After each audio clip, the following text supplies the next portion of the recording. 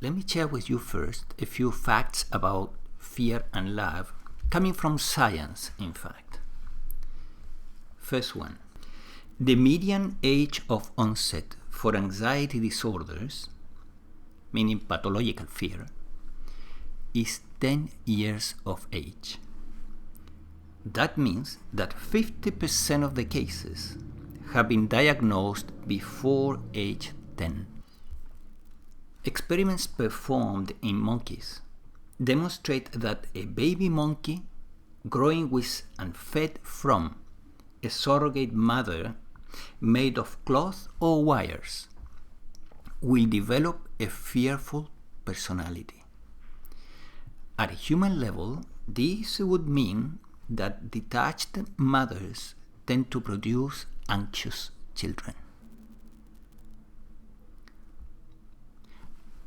Additionally, earliest onset cases are the most severe. So this talks volumes about the importance of teaching parents how to decrease anxiety in their children. And I taught parenting classes during my career as a psychotherapist, and I can tell you that they usually don't know how to do this. In fact, their behavior as parents tend to increase anxiety in the child in many ways. The 12 months prevalence of anxiety disorders in the US is close to 20%. This means that in a period of just 12 months, 1 in 5 Americans will suffer from an anxiety disorder, pathological fear, right? Many things help to decrease anxiety. A good diet, physical exercise, counseling, specific supplements.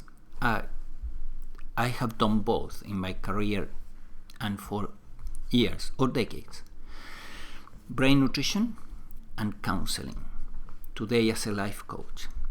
And I can tell you that it is true. Especially brain nutrition is uniquely effective to correct anxiety, more than counseling, in fact.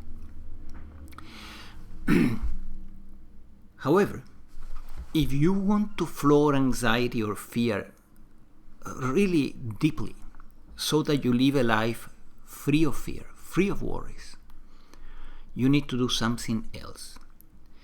The brain nutrition is excellent. The counseling can really help. Many coping strategies can really help. But if you want to really live a life free of fear, 100% or very close to that, you need to do something very, very different. You will not find that answer in nutrition or in physical exercise or in counseling.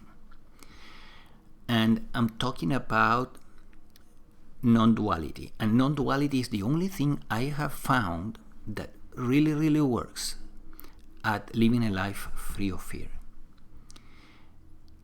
And my journey with fear and anxiety has been a long journey because I experienced a serious anxiety disorder during my youth for about 8 years.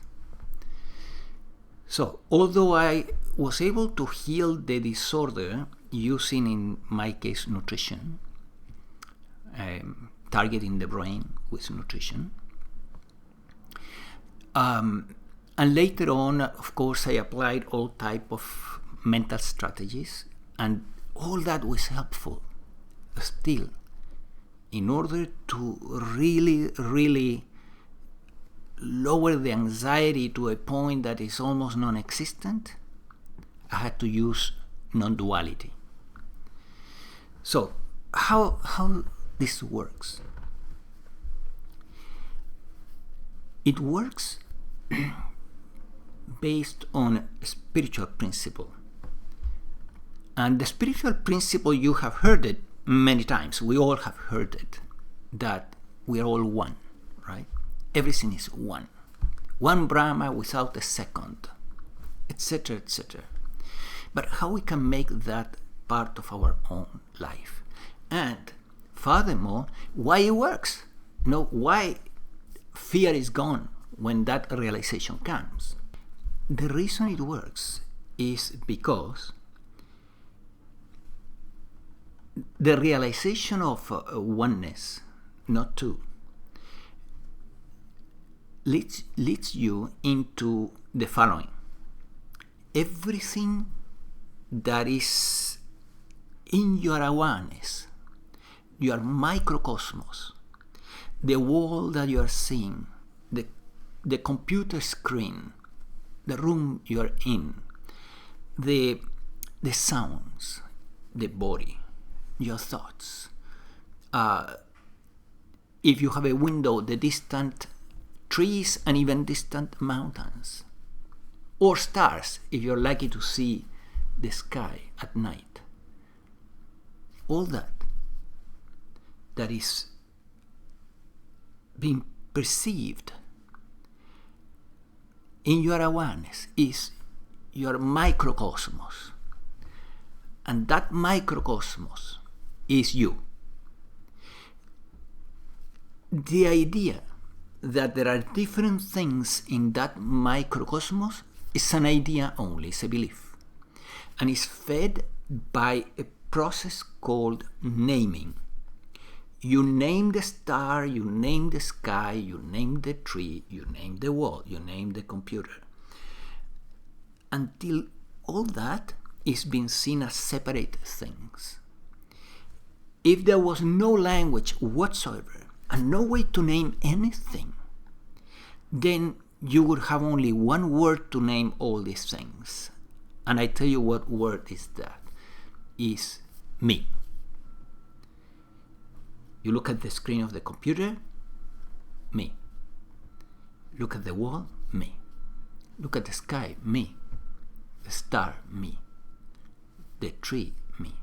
The body, the thoughts, everything is me. Just this one thing. Because you cannot divide it anymore. You cannot even say awareness versus perceived. Perceiving versus perceived, because there is no language, no naming, and therefore there is just one thing, without words. So a simple word to use, to reduce all this to just one word would be me, but it's a me with capital M. It's not the me of the ego, my personal little self. No. It's your true self. Your whole microcosmos. And then when everything is me in this microcosmos, you can love all that is in there as an extension of you, including the people that come into your awareness. Everything there is me. In duality, we are seeing a war. There's a war between light and darkness, the positive and the negative. And in war, there is no peace. And if there is no peace, there is fear, anger, and other negative emotions.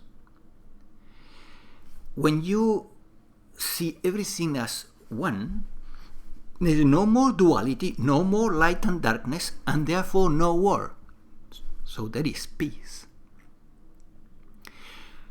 The only way we can raise above this war that is going on, in the apparent universe, based on naming and language, is by raising above light and darkness. How we raise above light and darkness?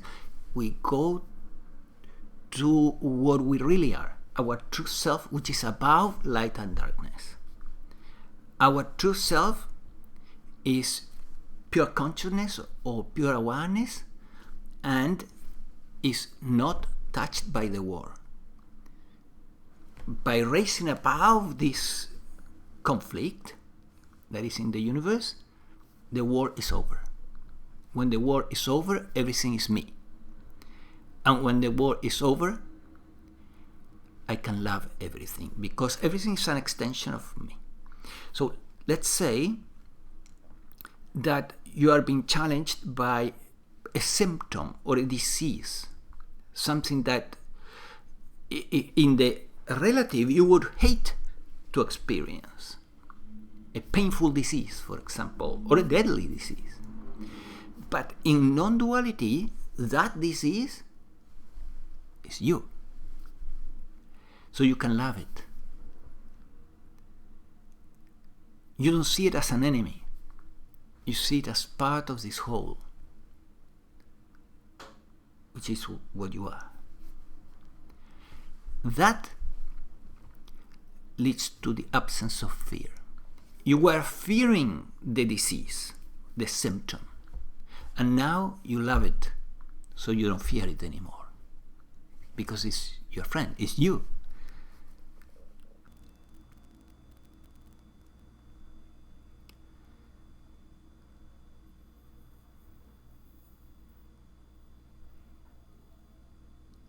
So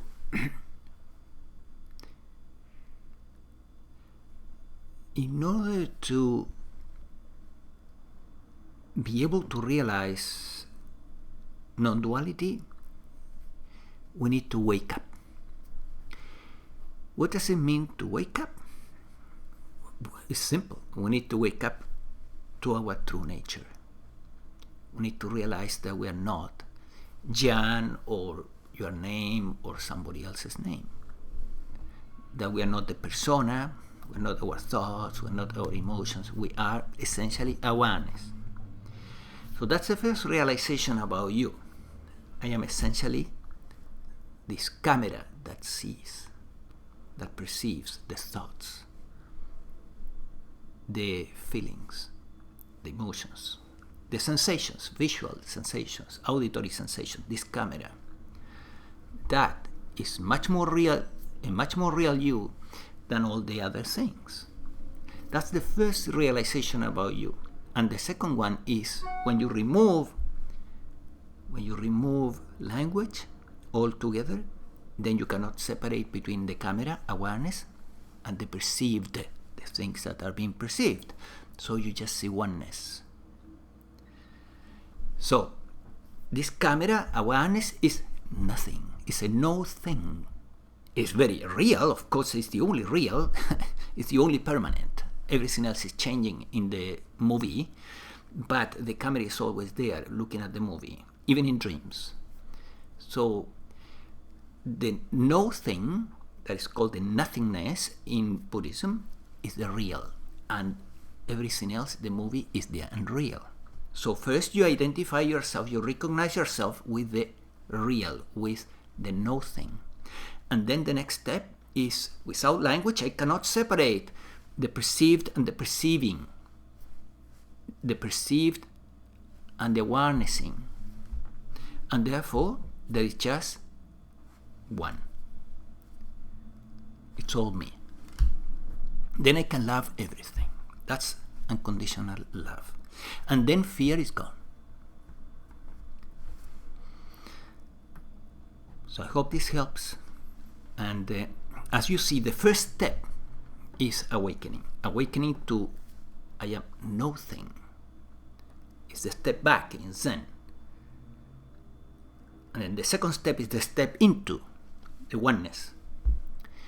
To attain the first awakening, I am no thing, I would recommend that you look into what I have been offering, which is the awakening protocol. Just go there and look for below and look for a link that will lead you to the awakening protocol. It has been very effective at doing this. It's not rocket science, it's simple.